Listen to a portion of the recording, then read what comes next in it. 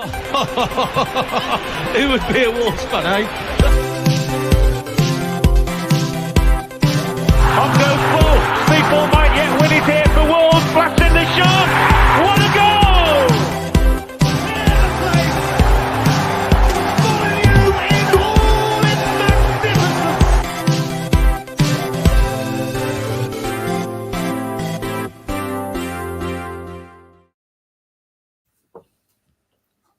Hello and welcome everyone to today's episode of Wolves Fancast, part of the Audi Network. It's Rich Hobbs here, of course, to talk about yesterday's game against Fulham.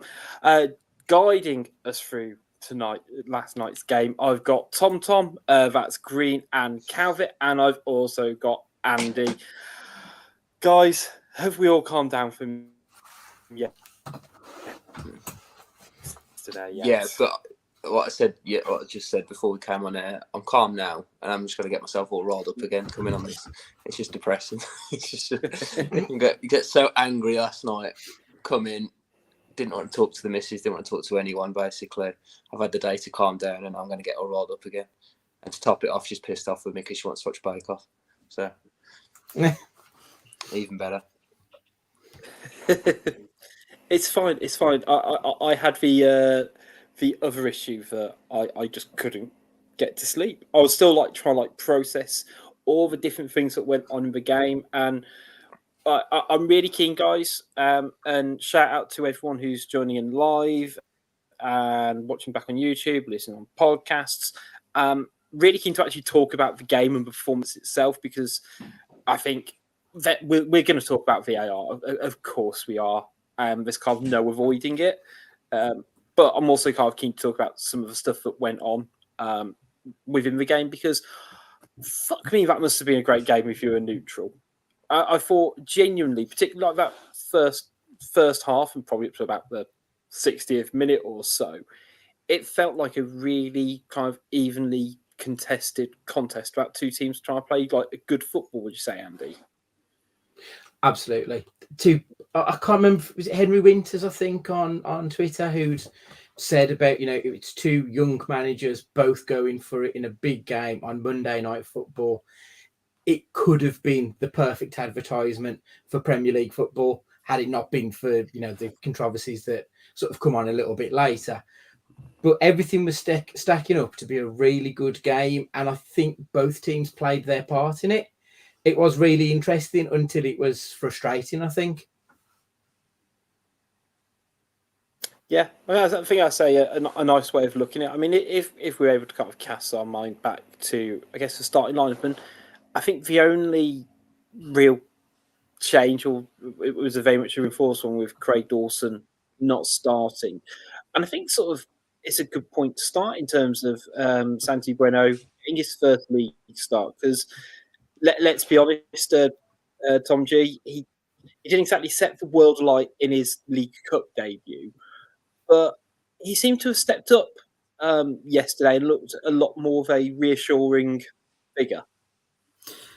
Yeah, I'd agree with that, really. I mean, on the preview, I spoke about him and said, it's a big opportunity for him, and if you're going to bring him in, this game was probably the best game to bring him into the team. I thought he done okay.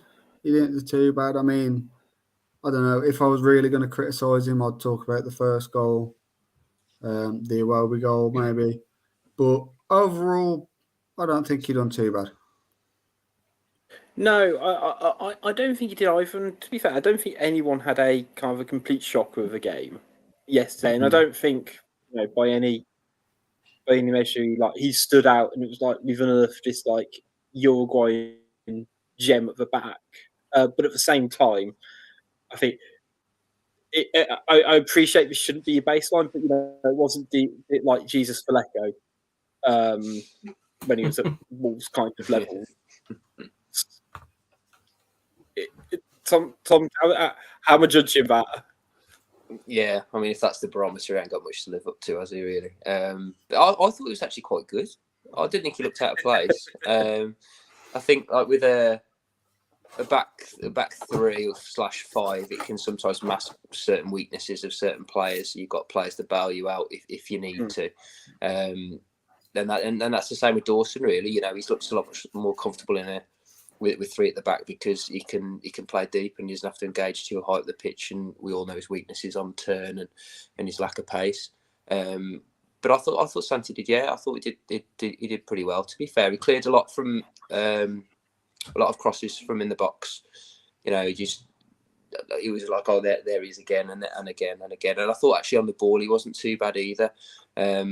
I think that's one of his carried the reputation as someone who could play the ball out the back and hit a couple of nice passes from the back. So I thought he did fine. Much improved from Ipswich, to be fair. So hopefully there's more to come. No, I agree. I think for passing out from back, I know for those watching live, you'll see that he got, I think it was an 83.6 passing accuracy. I think only Lamina, in terms of outfield players, had a higher percentage of that. And so I don't think he, stood out meteorically. But I think if, let's say, if Dawson picked up a knock or Gomez or Kilman, if they get suspended, let's say, and he has to come in, I wouldn't be as worried as I was, 3 days ago, sort of thing. But Tom, you were right. Maybe a couple of question marks on him for the first goal, which it feels like it was about 3 weeks ago, to be honest. But yet again, Wolves, Andy, struggling in sort of opening stages of the match as well. Yeah, it's becoming a bit of a running theme, isn't it? I'm sure our very own Gully, I think it was, had said that we've only taken the lead in 5 games this season. And only, we haven't won all of those five games in which we've taken the lead. We do seem to be a little bit sluggish and inviting opposition onto us. And I don't really understand why we start that way. You'd think that obviously Gary O'Neill seems to set the teams out knowing what they're going to be doing throughout the game. So I don't know why it takes us a good 5, 10, 15 minutes to feel our way into it rather than imposing ourselves on the match. And with all due respect to Fulham, that is a kind of match we should be imposing our way of football onto. And it felt like we never quite got to grips with that in that opening 20 minutes. But obviously, as soon as they took that lead, I think it was a bit of a shot in the arm for them, to be honest. But I don't know. I just don't understand why. This is something I think we need to iron out of our game, to be perfectly honest. There's a couple of issues I have. One of them is very much that slow start. We need to get that. And the other issue that we come across quite a bit as well is our disciplinary. Those two are massive factors for me at the moment in why things, they go okay, but they only go okay after a certain amount of time. If you look at Spurs, we have to come back from being 1-0 down against Sheffield United, last night against Fulham. So many times we've been trailing and had to fight our way back into it. And it's just a little bit worrying that, especially with our track record on goals scored, that eventually is that going to dry up and all of a sudden we're just going to start looking at not getting back into these games. We need a little bit more of a defensive solidity, I think. And like Mario Lemina is great, don't get me wrong, but he can't be doing everything. We need someone else who's going to be tracking some of these runners. Because I do feel like Iwobi's goal was not great, but Bellegarde didn't track. He was caught out of position. There was no one from the midfield anywhere near Iwobi who really, I know it's in Bueno's area, but at the same time, I would want a midfielder tracking him. And no one really got near anyone. And I've just noticed that a few too many times. We're just giving up too many decent chances at the moment. And that just worries me a little bit going forward. Yeah, I completely agree. I mean, you part about sort of no one set themselves right. And I mean, do you remember towards the start of the season, we had like a number of games where they struggled at the start of the second half in kind of almost similar fashion to what we're doing now in the first half, and just, making sure they're starting with that right level of intensity. And sometimes, it's a bit coincidental, or a good team catches you out, like what I guess more happened against Spurs from yesterday. But it's so frustrating. It makes it so much bloody harder for ourselves. And and that kind of leads into, I guess, multiple suspensions we're picking up. And I know it's, for season 4, don't get me wrong, but it makes things difficult. So, over a course of the game yesterday, both our centre midfielders end up on getting their 5th bookings of the season. So, against, one of the best teams in the league now, without arguably our 2 starting centre midfielders. And it's unavoidable, like in the grand scheme of things, isn't it? But at the same time, losing them both at the same time is a big blow and puts a lot of emphasis on Doyle and Traore, who are going to come in, I assume, and also what happens if Tommy Doyle picks up a knock, or Traore gets 2 yellows, which isn't exactly out of the realms of possibility. It's a good point, because we do have some depth, but the fact is we're only 13 games into the season. And as you say, our 2 starting midfielders have both picked up 5 bookings already. I mean, one of them's been sent off, for fuck's sake. We're only 13 games into the season. That's almost a booking, like 1 in 3. That's kind of awful. And I know that at the start of the season, we spoke about it on the podcast, that the refs were very hard line with the bookings and everything. But they do seem to have eased up a little bit. But our midfielders are certainly not one for going easy on themselves or taking the right decision at times, I think. And it leaves us vulnerable, because it only takes something silly. It only takes giving away a penalty in the last minute. It might have been accidental, but that could easily have led to a booking, because that's what they're like now. So they do need to be a little bit smarter about these things. That's what I mentioned about our disciplinary record. I just don't think it's good enough that we're 13 games in. We've had 2 players suspended, 3 players, because wasn't Dawson suspended as well? He's had a match ban. We've had Dawson, 3, Dawson, Semedo's, yeah.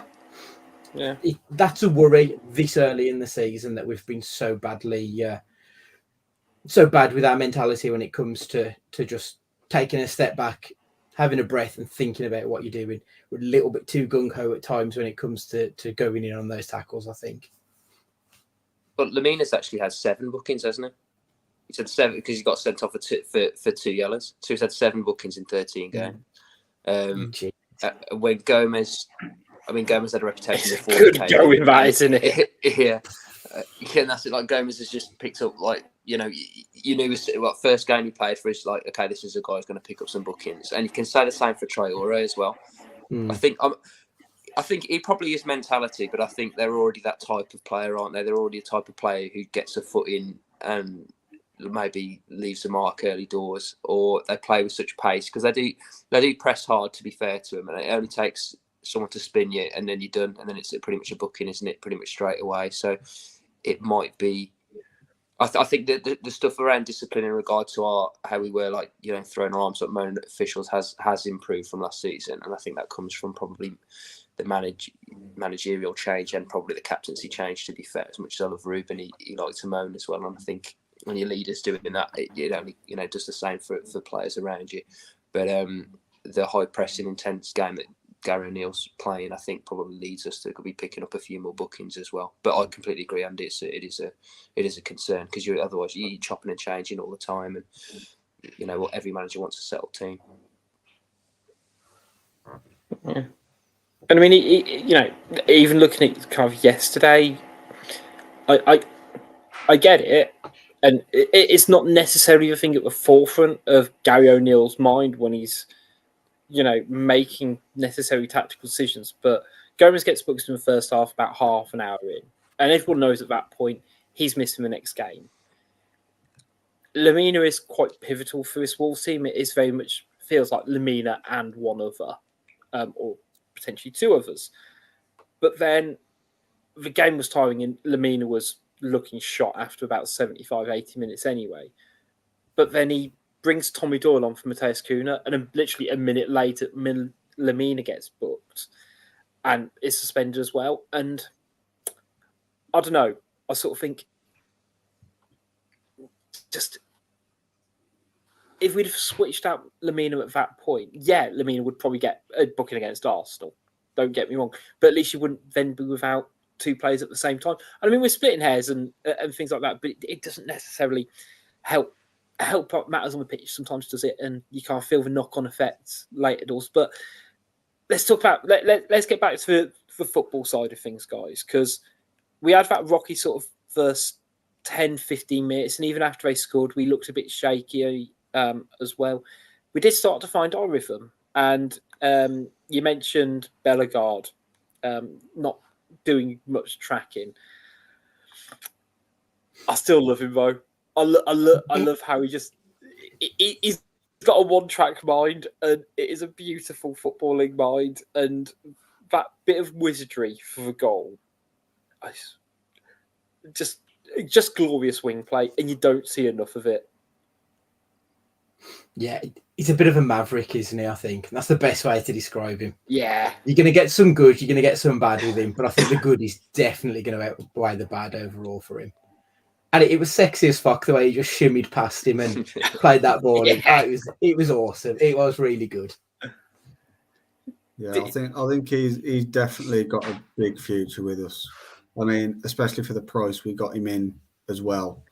And he started really well. I mean, when Luton away, obviously being sent off, that was his second game for us.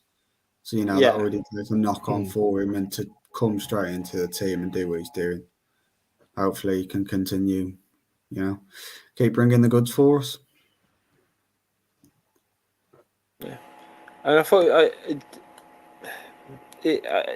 when you kind of look at it in terms of actually, picking out someone at the back, but like all the things you're sort of crying out for your wide players to do, and having Adama Traore try and fail to do that several seasons in a row, he just seems to have something about him, and I think it's been nice for him to at least have that to really, I guess, validate it in terms of having an output to his game, because like he looked really good against Spurs for me until he sort of dropped off the pace, but he's got something, Andy, you're right, he's a bit of a maverick.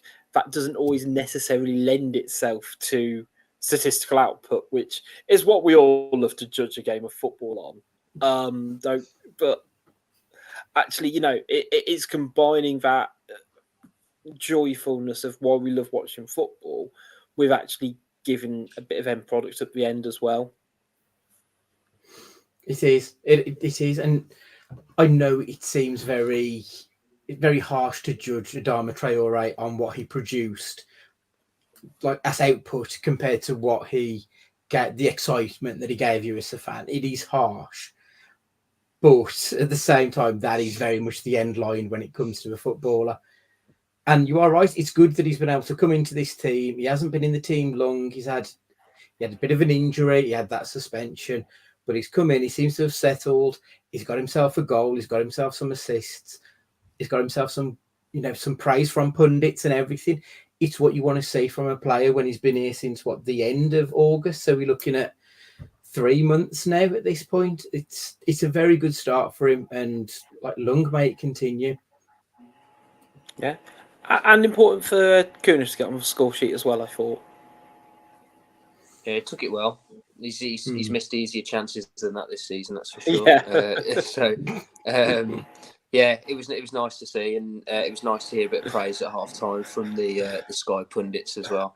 Saying that it looked easy, but it was harder than you think. And he was getting in the right area. What I liked about that goal, which seems to be a massive change in our play this season compared to previous, 3-4 seasons, is we had men in the box. I think there's 5 men in the box. Yeah. And if you look at Lamina's actually the furthest one forward. He's actually on the last man. And what that does, if nothing else, is it drags defenders out into areas they shouldn't be. And that was clear from that goal because it's Castagna, I think, wasn't it? Who got dragged into the middle marking. It might have even been Lamina, and it left 2 of us at the back post who Bellegarde picked him out perfectly. So there's a lot to like about that goal, I thought, and it was really, really good play all round. Yeah, I think, like you say, with Cunha as well, especially he's shooting, he's missed some chances for us, which you think he should be putting it in the net. But like you say, you've got to be in those positions to score, and he's took it well. Hopefully, he can go on a run now. I mean, I said on the preview, my prediction was 1-0 Konya. So at least I got one thing right with a goal scorer. Yeah. Yeah, and I was going to say, Tom, your point about actually being a very well crafted goal, and very, very much, I guess, a training ground goal. It doesn't always look like a training ground goal because it's not a coincidence multiple players ended up finding space in the box, and certain players were making those runs, and it shows good work by Kuna to peel off to kind of go to the back stick. But the fact that we ended up with potentially 3 options, and depending on where those defenders went, we were able to find someone at the back post, which is really good. And I thought Wolves looked really sharp on the turn for a lot of the game, and I think it probably helped that Polina wasn't playing. But even Hwang had a really good chance at 1-1 where he kind of caught one against the bar as well. And I think both sides were probably, I say, guilty of this. But it felt like there was quite a lot of more than a half chance, but not a full chance. Can you have a 3/4 chance?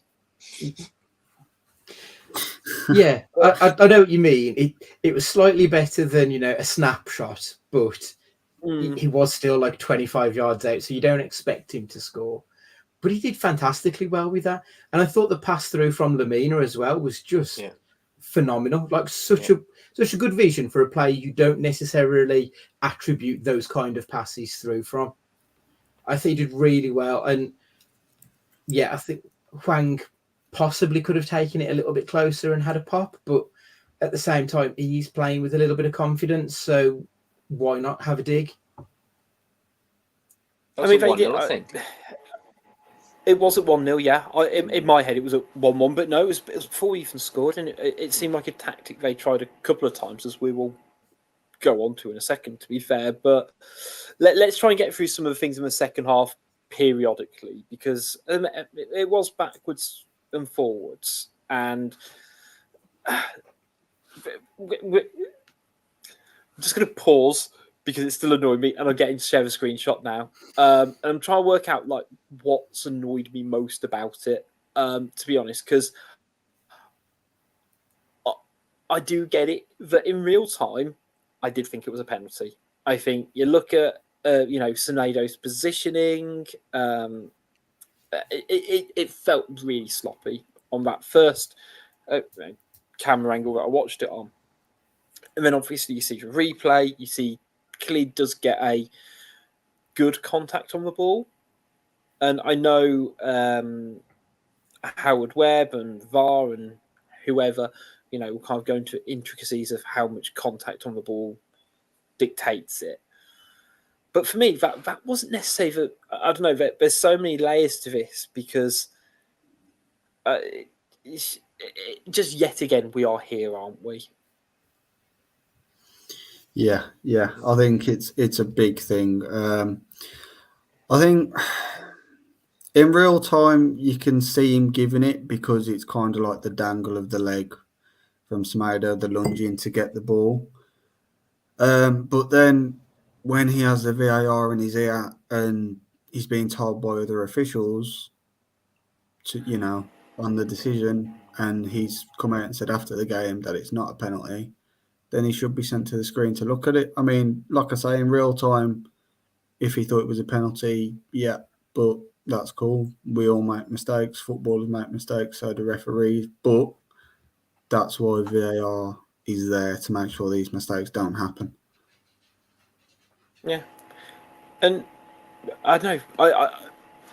Do I think that Semedo got enough of the ball to say it's definitely not a penalty? Maybe not, to be honest. But at the same time, he clearly gets in front of Semedo on second viewing, and the fact that it doesn't kind of quite come through, it's just so frustrating to watch. And I think the thing that I guess annoyed me more about it is I don't think that Kenny fouls Lamina. Like about 5 seconds before, Lamina gets caught in possession. Kenny puts in a really strong challenge, and I think sure on the other foot, if Lamina makes that challenge, and in fact, got pulled up for a free kick, I think we'd be livid. But the amount of contact that Kenny had on Lamina was far more than Semedo on Kenny in the box. And I know either we have a contact sport, and if you cleanly win the ball, or you make a good contact with the ball, but you make contact with a player, that's fine.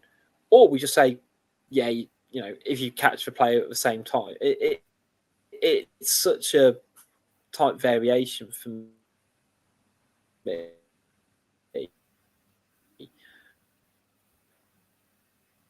But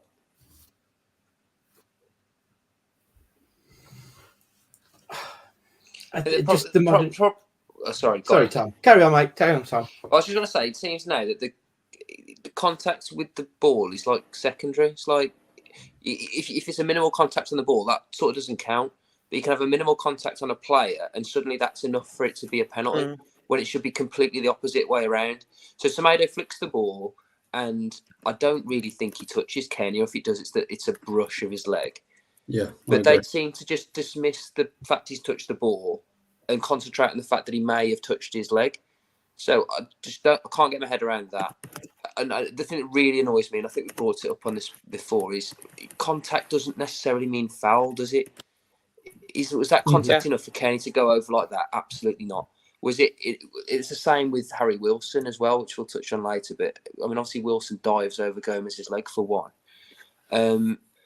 And I remember listening to the audio, absolutely fast of an audio for the Hwang one against Newcastle, and I'm sure there's a line in there where they said, "Oh, and he just flicks the ball there. Oh, and then he may make contact with the attacker." And so they just dismiss the touch of the ball thing. That just seems irrelevant now. And let's just concentrate on whether there is or isn't contact. And the fact he doesn't go over to the screen, if you looked at both those decisions last night in isolation, you can't have your cake. You can't say you can go to the screen for the second one and not go to the screen for the first. It makes absolutely no sense, because they're both minimal at absolute best. Well, they're not penalties, are they? Let's face it. But how you can go to the screen for one and not the other is an absolute joke, and I just really don't understand it anymore. I've lost all confidence in it whatsoever now. Yeah, absolutely. I feel like the attitude towards what you do when you get in the box has completely changed in football now as well. It's not about working opportunity to get a goal. It feels like it's working an opportunity to go down and hope either the ref or VAR agrees with this softest of soft touches.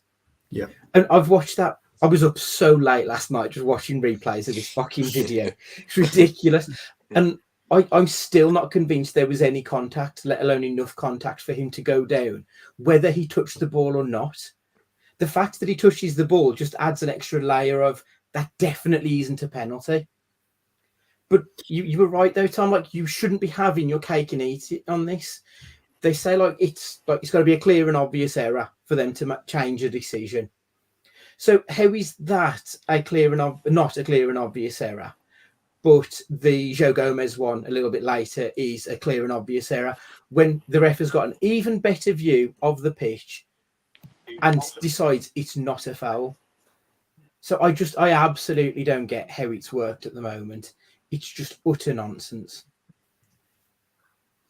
Yeah, I think the thing is nowadays, like players, like we said earlier, players will go into the box in hope of getting a foul. Players aren't going into the box now in hope of scoring a goal half the time, because half the time players will get into the box, feel a touch, and go bang on the ground in hope for a penalty. When realistically, with VAR being in the game, I feel that should take it away from players to be going down when there's contact. Because surely, if the technology was used correctly, then more players will be booked for going down diving. Do I think Semedo's touched him enough for him to go down? Not at all. I don't think it was a penalty. It's just so frustrating because you're just fighting an uphill battle all the time, isn't it, with it? Yeah. It's getting worse. It's not improving, is it? It's literally getting worse week on week on week, or month on month. I don't remember any of these sort of controversies when VAR was first around. Maybe it's recency bias. I don't know, but I can't remember the amount of howlers that they've been this season alone compared to previous ones. So it's actually getting worse. But so what are they going to do about it? Is it going to continue to get worse forever, and we've just got to live with it? You know, and it's affected us obviously massively and more than any other team by country mile. But it should be about the greater good for football, because people are genuinely getting really pissed off with it now. I'd love to know how many like VAR outcomes have impacted the result of a game. And I don't just mean like, you know, they gave a penalty and it ended up, you know, 2-1, they lost still. Like, how many actual outcomes of a VAR interference where it's something subjective that has had a detrimental effect on the outcome of a match? Because it feels so regular this season compared to other years. I know we had that one weekend last season where there was like 4 or 5 things that happened on one weekend. But that feels like it's every single weekend at the moment this season. It feels like we've had like at least a dozen games where there's been a massive fuck up where absolutely everybody disagrees with the outcome that's been given.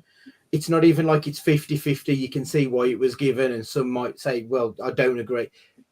Everyone just seems to be in unison saying this is just going so far sideways now. You've completely ballsed everything up. And I saw today apparently Howard Webb's big plan is to get a dozen ex-pros in to help with the reffing and stuff, which I don't think is going to help, because you hear fucking idiots like Gabriele Bonlahor talking about it, and he doesn't have a clue what the rules are. Like, I despair. I despair.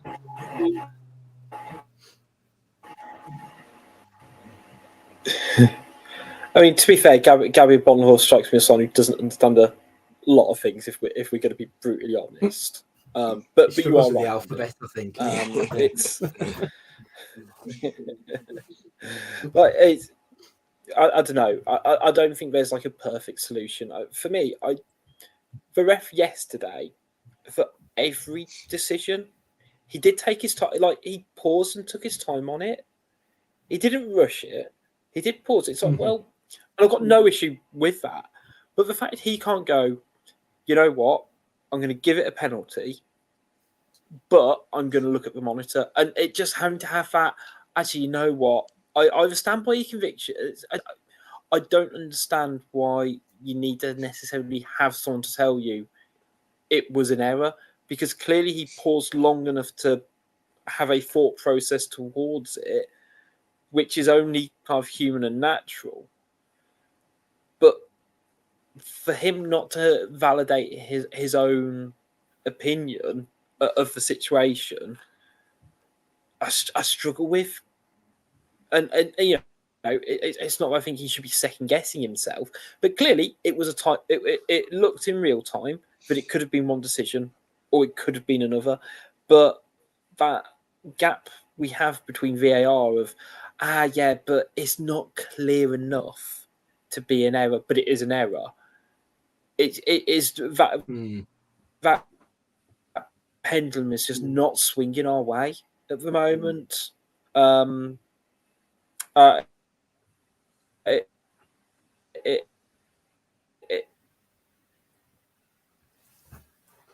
It's bizarre, and it's frustrating.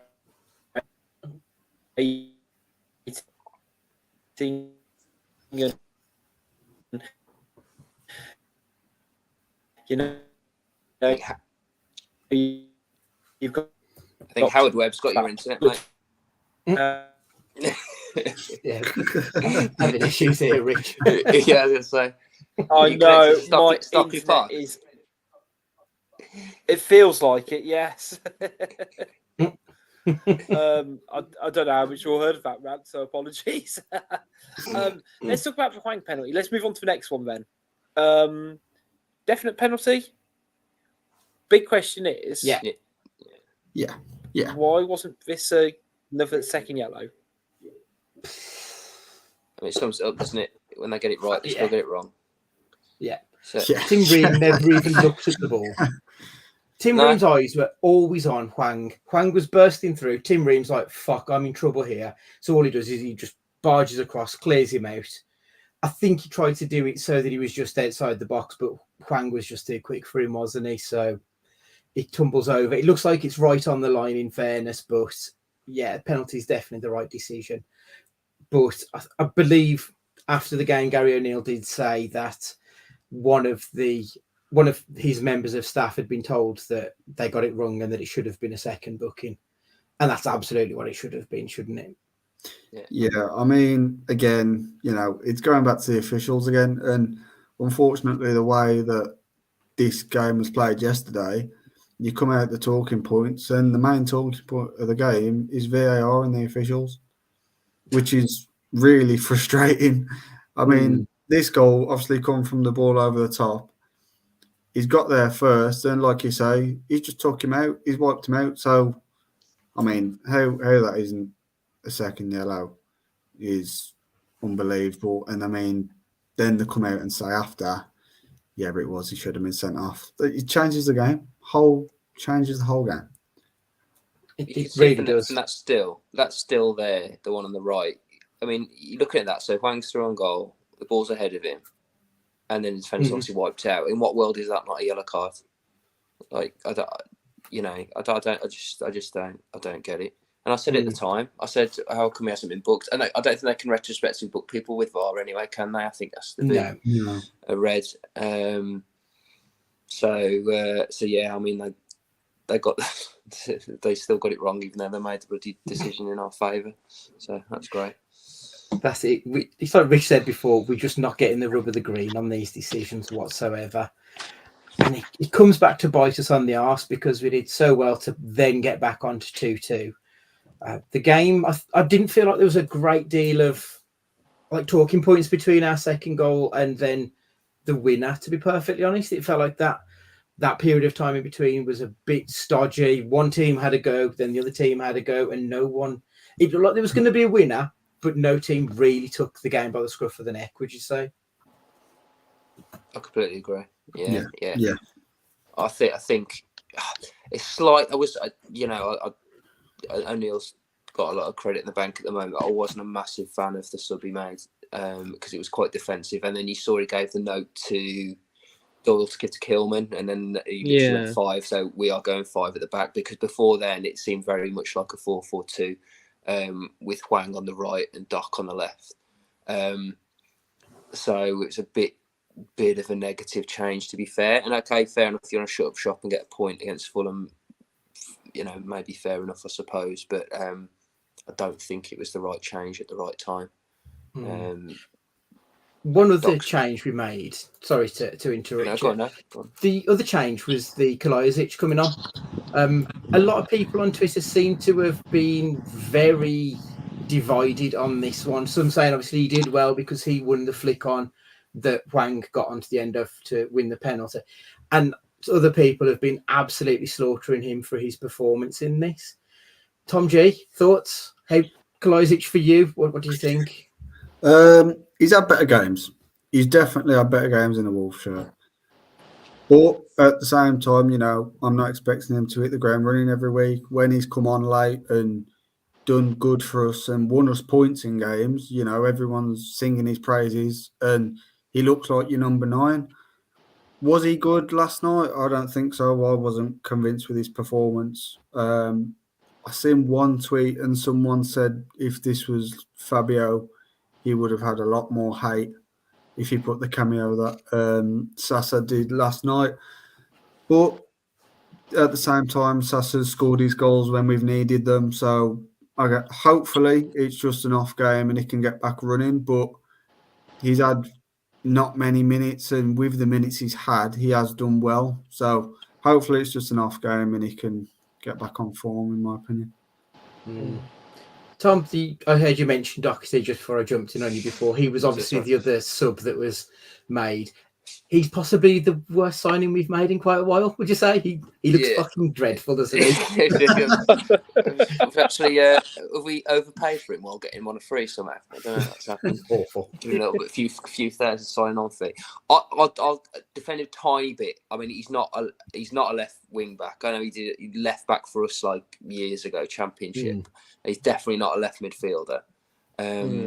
But that is just where our attacks went to die. Second half. As soon as it went anywhere near that left-hand side, that was it, gone. Like the ball was gone, or the momentum was gone.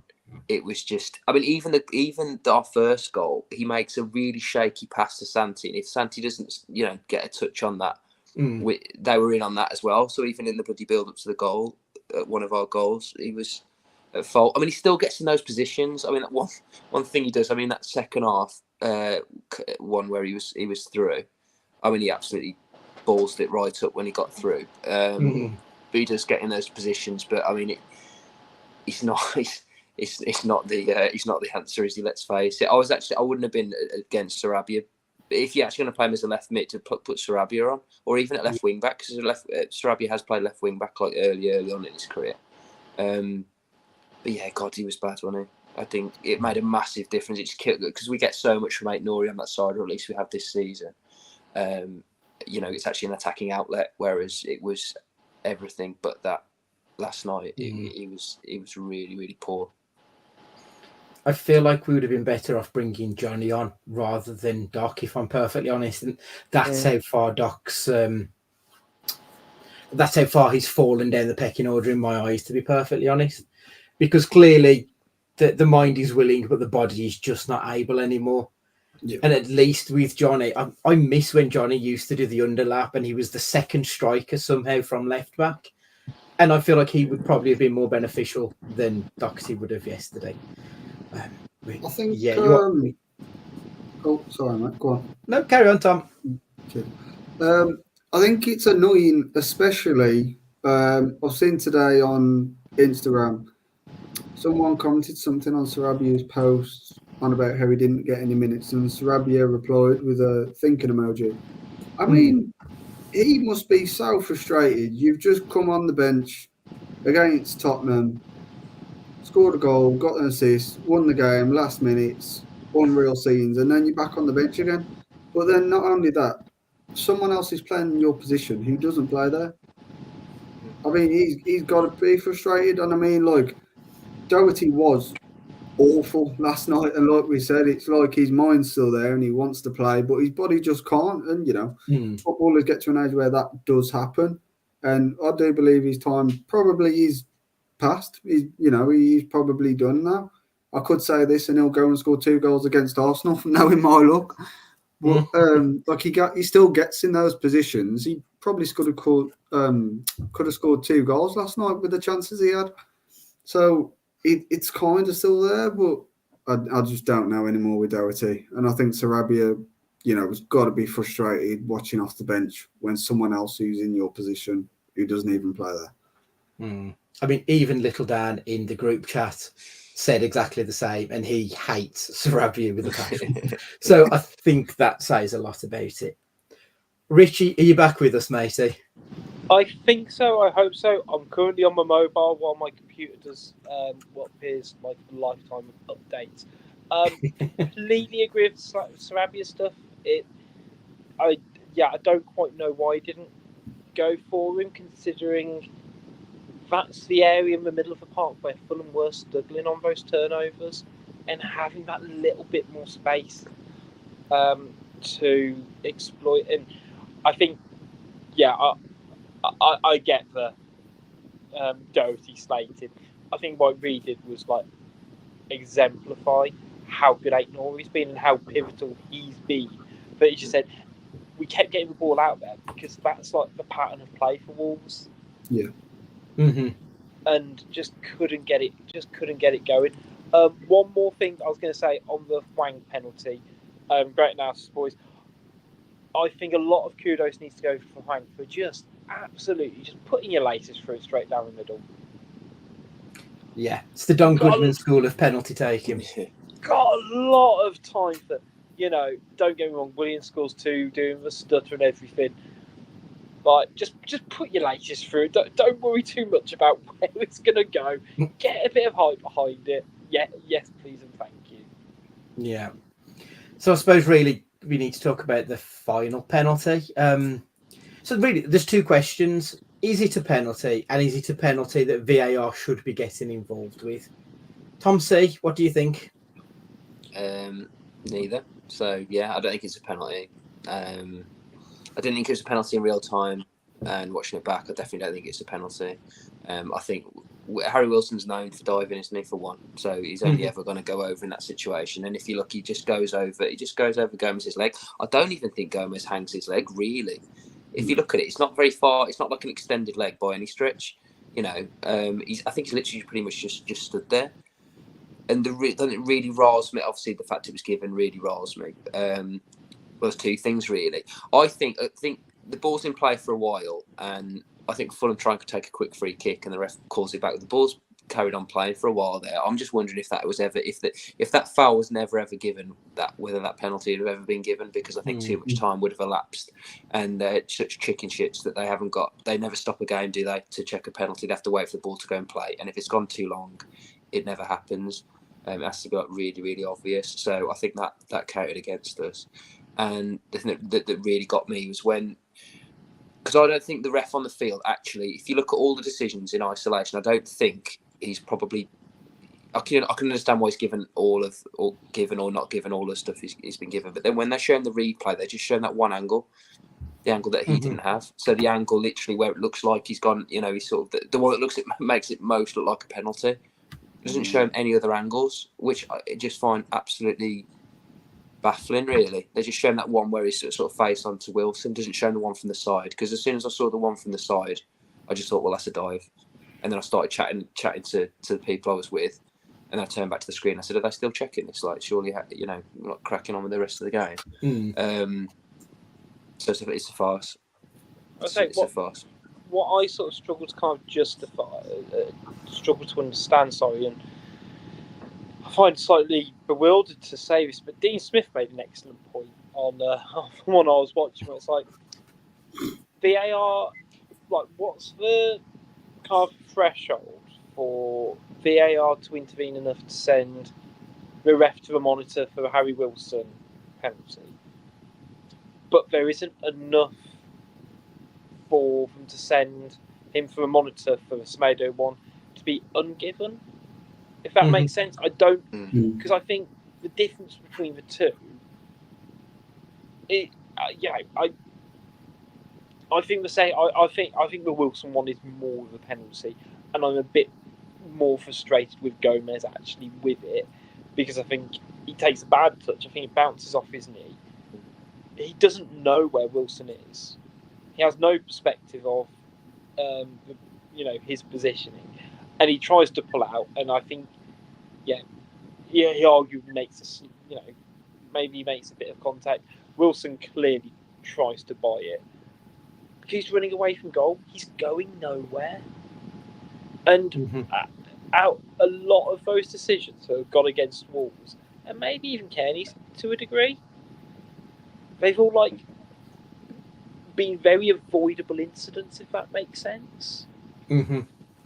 Yeah, I'd said this on Twitter last night. There's nothing wrong with just putting your foot through the board and clearing it. But you look at Silva's, you look at Hwang's, and you look at last night's. Yeah. It's all trying to take a touch to set yourself to play it out. And sometimes you just can't do that. Sometimes you need to have a little bit of urgency and just clear your lines occasionally. So we have invited ourselves to be in a position where these decisions can go against us. But I do agree with Tom that I don't think there was really enough in it to make a clear and obvious error that the ref gave it. But I do, if the ref had have given it, I think I would have been more supportive of that as a penalty than the first one personally, because at least there is a little bit of contact. But just to plug our other one of our other YouTube shows, Gully's Tactical Analysis, today he's talking about how the penalty works out. And I'd put in the group chat, the one thing that I've taken from it is that I don't think that penalties should be awarded for fouls, for all fouls in the box anymore. because there's no way they're scoring from any of the penalties that we've conceded this season, and yet they get a 80% chance of scoring, probably even higher than that. I would quite happily do away with penalties, to be perfectly honest, from now on. I don't think that they're a fair punishment for a foul that might be like 19 yards from the actual goal if they're on the corner of it. Just seems a bit odd to me. Talking about the last minute penalty, I think going for the actual what they're saying is a foul. Gomez, as we say, there's no problem with clearing the ball. That's what Gomez has gone to do, really. And Wilson's coming from the blind side where, he's got no idea of the man coming. And, he's just gone from the blind side. But I think the referee's got to think there, with him coming from the blind side, where is Wilson aiming to go? Because he could have still carried on going after he got the ball from Gomez, but he's going away from the goal. So what is he trying to win there? So I think, these things need to be taken into account. I don't think it was a penalty personally, simply because I think Wilson was looking for it, and he knows what he's doing by going in, and then as soon as he's just seen the leg, he's just gone. That's it, yeah. I think the game changed in the probably late 90s, early 2000s when pundits started talking about players buying a penalty. And that attitude is now prevalent in the game. Yeah. It is very much about not necessarily conning the ref, but it's making them make that decision. And it's not about standing up and, getting the best out of the situation. Which brings me on to the next point, which is Vinicius' headbutt. Because had Max Kilman have thrown himself to the ground, I don't think it's questionable. I think he gets sent off. I think because Max is honest and that there's not a lot in it, that he gets away with it. I say, quote unquote, soft headbutt, which is just farcical when you think about it. Tom J, should he have thrown himself to the ground? If you've got to throw yourself to the ground to get a red card, then everyone's going to start doing it. It shouldn't be that way, but it seems the way things are going. You have to throw yourself on the ground and scream and cry to get the opposition sent off. For the referee to come out and say, as you say, a soft headbutt is absolutely atrocious. There is no such thing as a soft headbutt. Like Gary O'Neill said in his press conference, how many kids have watched that game and are going to go and play on a Saturday morning knowing that they can softly headbutt someone and get away with it? That's, you don't play the game for that. And it's just, he's really, really got away with one there, because especially not only has the ref said it's a soft headbutt, but Vinicius has come from the ground. He's stood up into it. So he's tried to kind of disguise it by doing it, which makes it even worse because he's come from the ground to try and use his momentum into Kilman's head. And, and Kilman has done no wrong there. And then he's just not getting punished for it. If Kilman done that, would Kilman have been sent off if it was a different player? I don't know. And then it's just unbelievable. To say it's a soft headbutt as well is just, no, that's not football. Sean Crow in the comments, violent conduct. I think there was more intent in that headbutt than Bellegarde's kick push. I think that's a very fair comment, don't you, Tom C? Yeah, completely agree. I think, do you want to see a captain rolling around holding his face? Probably not. But it looks like literally, like we just said, that's what you've got to do these days, for the good of your team. And we don't want to see it, but we're having to see it because of the absolute incompetence of the officials, because they can't judge a game on its merits. They have to look at players' reactions or see how much it's hurt a player or something. I really don't get it anymore. And I haven't got it for a while now, to be honest. They're just incompetent morons. I was going to say, and with Vinicius, and I know you shouldn't necessarily always take it into account, but isn't this like the third incident this season where he arguably could have been pulled up, and no one can tell me he's not trying to make contact with Kilman. It's not like he's doing, the whole fake out punch thing. Like he is trying to headbutt him. It's only because of literally Kilman's position of the fact that he's quite tall that he's just scraped his cheek. Again, I must say I do kind of applaud Kilman because he didn't flinch, and I feel like if someone tried to headbutt me, I'd flinch pretty quickly. Like he did just stay with that, but again, you could see with Kilman, he had a bit of a thought process, being like, "Wait, has this just happened? I don't quite know what to do," because he clearly didn't make a lot of contact with him, and I guess that's why we sort of mean that it's not violent contact because violent conduct because he hasn't hit him, but. There is a very clear intent there, and I know I sort of think the ref's primary duty is the welfare of players, isn't it?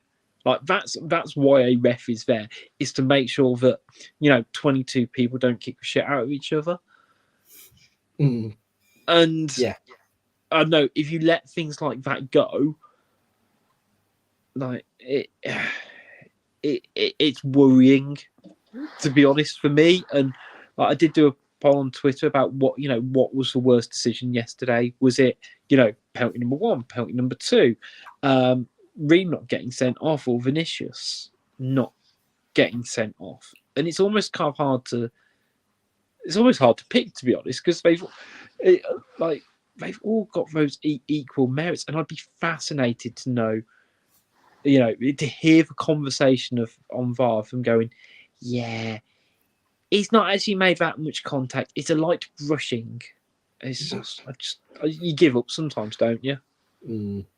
I think the one thing, had he have tried that on anybody else other than Kilman, they would probably have thrown themselves to the ground. I mean, Hwang wouldn't think for a second because he's got that shit house inside of him. He had the most out of it. Whereas I think Kilman's a little bit too honest and maybe a little bit too naive to have. I was going to say, and Andy, be honest, was part of you a little bit upset he did just deck him back? Oh, I would have swung a fucking elbow at the little cunt. Oh, yeah, I would have lost my shit. Definitely should have. It's and I think that's the annoying thing with the Kilman one, is that you haven't done anything with it. Yeah. But you know what? If he plays around and fakes it, then he probably loses a level of credibility. But he does aid his team. If he literally quite stands up for himself and lays one on him, then he'll let his team down, but his respect will go up. And it genuinely feels like him doing what is quite clearly the right and honest thing has not helped his team. And I've seen Wolves fans getting annoyed at him. I won't name names or whatever, but I don't know. It's a really tough one, and especially when you've got former pros and the analysts sort of saying, "Oh well, we should have made more of it" and stuff like that. It's it just doesn't help. The situation. Yeah, because that then leads to players diving. Ultimately, making the most of it then leads to just flat out cheating, doesn't it? Let's be honest. So it's just a slippery slope. So you shouldn't have to. If you are in a violent incident, it is a violent incident, whether you get a broken bone or you don't. And like we said before, refs don't look at a foul unless a player goes to ground. They've made this rod for their own back. Even pre-VAR, that's what they were always like back then. They're just even worse at it now. Yeah, and I don't know, maybe there is a level of gamesmanship which, we opened the show, didn't we? About talking about Tom, you sort of mentioned that Wolves are a little bit calmer and a bit less emotionally led than they previously were under, Bruno Lage and Lopetegui, and arguably into Ruben Neves' on pitch leadership, and they do seem to have calmed it down to a degree. which is a good thing, and I'm actually quite happy about it because it's a little bit embarrassing when you got Podence or whatever kicking off or whatever. I get it, but at the same time, I think if that happens, 8 months ago, there'd be 6 or 7 players all surrounding the referee, all up in Vinicius' face, and it'd be a massive halt in play. And it didn't feel like that for what was actually quite a egregious act. Yeah. Yeah, I think with that as well, like talking about the emotion of the game and stuff like that. I mean, the problem is now, like what O'Neill said in his interview right after the game, and he said, "Do I behave, how I should, or is it time to make some noise?" And don't get me wrong, like we say, O'Neill probably has calmed the camp down a lot, and a change of players does change the mood, especially towards referees. I mean, think about how long Neves was with us for, and how many times he was annoyed with a referee's decision. The same with Podence when he used to have rants on Instagram and stuff like that about the decisions. So, I understand there's going to be mistakes and things, but when it's every single week, like today, Lamina's put something out on Instagram, basically just saying enough's enough. I know Neto tweeted something and then deleted it not long after. So I think, that thing of players going around the referee again and making meals, I think that probably will come back to us. And I feel like that's coming because we don't have a choice. And if that's the only way we're going to get things, I think that's what we're going to do. And unfortunately, I think that is the only way we're going to get things. So what do you do? What do you do for the best now? Like how do you improve things? You got to think of it as like a football community, not to get too deep or something. How does it get better? Because it's getting worse every week. So what needs to be done now to improve things for the greater football world? Because I've seen a lot of tweets. I know a lot of it's all in jest and everything like that. But there's so many people just literally falling out of love with the game now because it is being ruined. I know, like even it's happened a few times to me recently. Even the Lamina one against Spurs, you can't go wild in the stands anymore because you're just waiting for the board to go up to say, checking this, checking that, and you're thinking, well, what can I disallow this goal for, basically? Whereas you used to go to a football game, years ago, and like you imagine, like I don't know, various things like Ryan Bennett's header against Bristol City, you knew that was a goal straight away. You didn't have to wait for it to be confirmed by a screen. My brother was there last night and he's texting me going, "What's going on? Do you think that's going to be a penalty? Do you think that? Do you think this?" It used to be the other way around. You used to text someone who was at a game asking their opinions on what was going on, and it's completely gone full circle. So the game is literally changing before our eyes now, and people are going to turn away from it because it is literally getting ruined because you can't watch a game anymore without this bullshit happening. And we've spent, we've probably spent the bulk of this podcast talking about it. I know that a few of the podcasts I've done this season, I think it was exactly the same. It's getting debated on Sky Sports News. It's taken about half an hour of their hourly segment, talking to Dermot Gallagher and everything like that. But nothing's changing. So there needs to be some serious changes somewhere down the line. And it's affecting us at the moment. But it affects clubs at various points. So something needs to be done for the greater good of the game. I mean, the only sort of thing, and I used to sort of be a bit against it, and it works in other sports, but just have what I know, 2 appeals a half. You don't use them, but you can only you can't carry them over.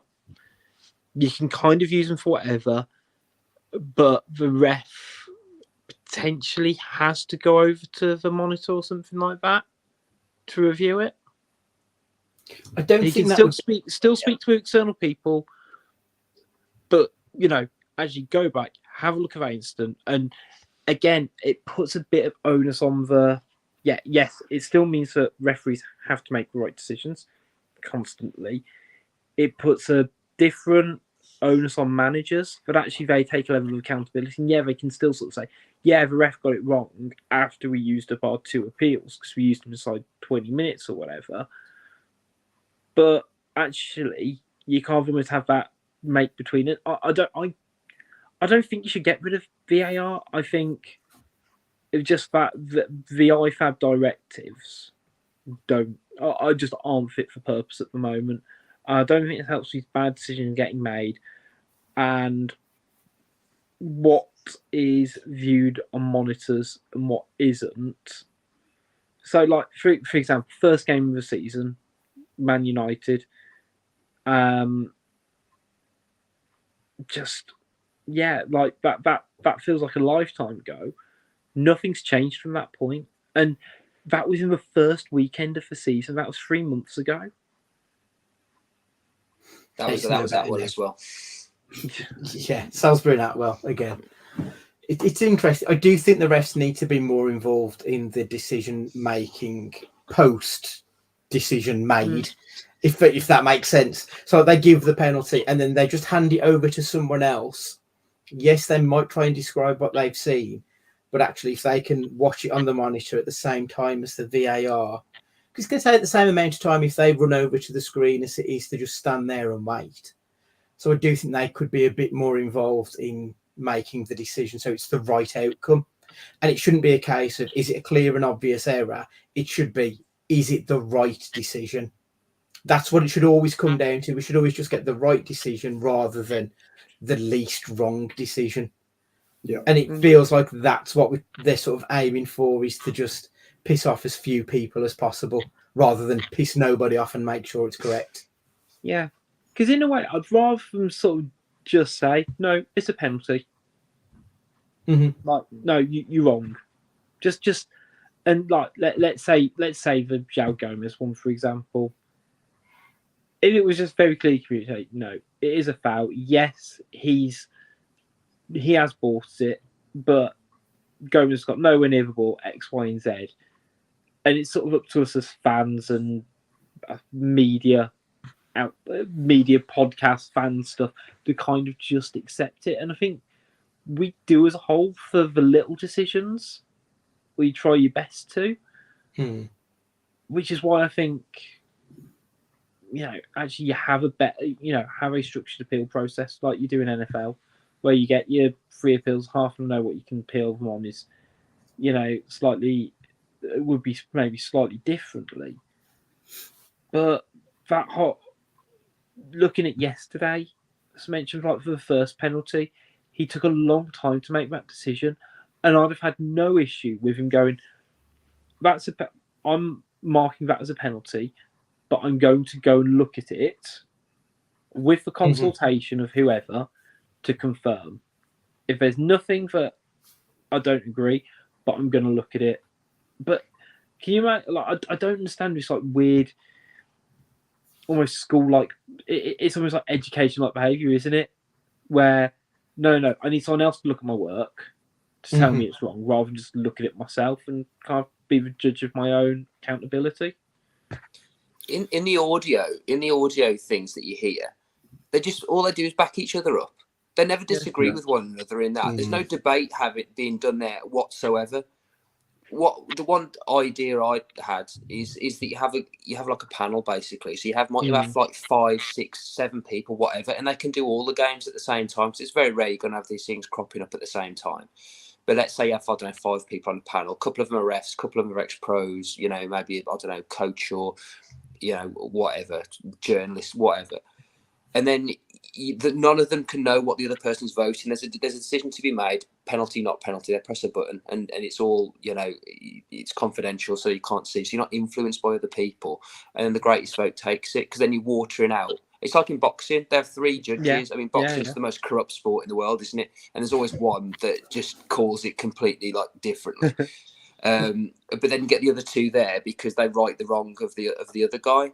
So the more people you've got, the more you're filtering out all the shites, basically. So, I mean, that was one idea I had. I mean, that shouldn't be too hard to do. But the stuff, when you listen to the audio, they never debate anything between each other. They just say, yeah, I agree. Yeah, this, yeah, that. And it's a big boys brigade, basically, and they'll just back each other up, and they won't disagree with one another. Yeah, which problem is, and when you hear it, you go, wait, if we just... Is the interpretation of the rules by fans so bad But it's like, no, it's like, it just doesn't seem to like pass that eye test, does it? Where you see something, you go, well, I've watched an awful lot of football in my life, and I don't know, I don't understand how that is given as a penalty or that's not given as a penalty. And then you hear the refs talk about it like, I don't know, like it's like almost in a completely different language or from this viewpoint, which almost feels so far from the reality of the situation. To be fair, I like the idea of actually your assistant referee, your virtual assistant referee, are judging it, but again, it's when you bring those in, do you bring them for every decision, or it's just a nightmare, isn't it? One thing I'd say about it as well, I think you look at the referees we've got in the Premier League. I mean, for example, Mike Dean just retired last season from being in the middle. I'm sure he come out and said, or someone come out and said, there was on VAR, and there was something to do with the decision, and it ended with because he's my mate. Yeah, that was Mike Dean. You're right. Yeah. That says it all from the start. A referee's job is to look after these players, to make sure the game is played fairly, the safety of the players. Simple. When, for example, the World Cup that's just gone, I don't know what you guys think, but I thought the refereeing, especially in the final, was brilliant. Yeah. I thought it was top notch, superb. Everything was done like that. It was brilliant. I thought this is what football should be. And if you're going to bring VAR in, get it in, check it for a minute, see if you agree. We don't need to be spending 10 minutes. It takes the flow out of the game. And I mean, like, for example, if any of us go and referee a game on a Saturday morning or a Sunday morning, we can't go and check a decision we've just made for 10 minutes. So I think referees are scared to make a decision sometimes because you've got that person in your ear who's saying, oh, you might have just missed a penalty 5 minutes ago. And it's like they're scared to make a decision in case of being wrong. And like with the Gomez penalty, as soon as he went to the monitor, it's going to be given as a penalty. I'd love to know if there's been a time where a referee's gone to the monitor and overturned it, because every time a referee goes to the monitor, it seems to be the penalty is given. And I feel like, having the other referees in your ear, I think a lot of them are scared to be wrong. Yeah. It's gonna be interesting, and yesterday was sort of yet another one, and thankfully, the Vinicius one, I was sure in my head that he was going to bag the winner, and that was the only saving grace for me from yesterday. But that didn't happen. But we move on. We've not exactly got an easy game coming up against Arsenal up the weekend, but of course, guys, we will be there to preview it on Thursday with Little Dan and the boys. Big thank you to everyone who's tuned in. Apologies for my very crappy internet connection in leafy Shifnal. But we will be back as soon as we can. Make sure you keep up to date with all things Wolves Fancast at Wolves Fancast on Twitter, Facebook, Instagram, and the rest of it. Until next time, it's goodbye from Tom Green. It's goodbye from Tom Calvert. See you guys. It's goodbye from Andy. See you later. And it's goodbye from me. See you next time.